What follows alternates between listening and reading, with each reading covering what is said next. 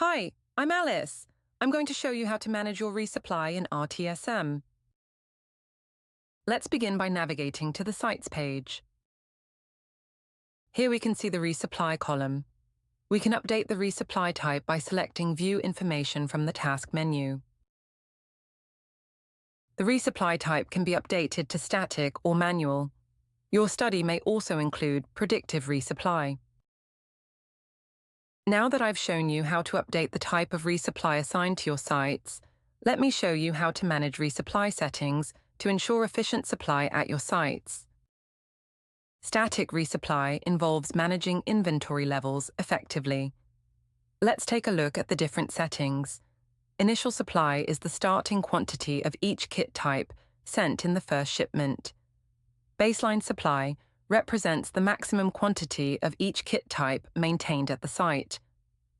Alert level indicates when supplies are low, prompting action to replenish resources before they run out. Let me show you how to update the static resupply settings. First, we need to navigate to the resupply page. Next, we need to update the supply defaults. This will ensure that any new sites added to the specified country will have the correct resupply values.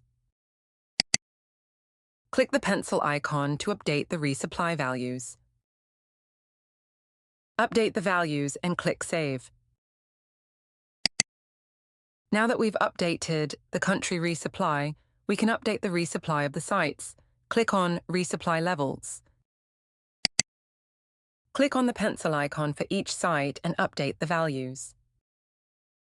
Now we can see all of the updated values in the resupply table. If using predictive resupply, the system will also maintain static resupply. Additional predictive resupply settings may be updated throughout your study. Let's look at the different settings. Lead days are the duration from when a shipment is requested by the system until it reaches the designated site. Minimum days. Between shipments specifies the number of days between shipments before the system will create an automatic shipment. If this value is set to 0, there is no enforced minimum.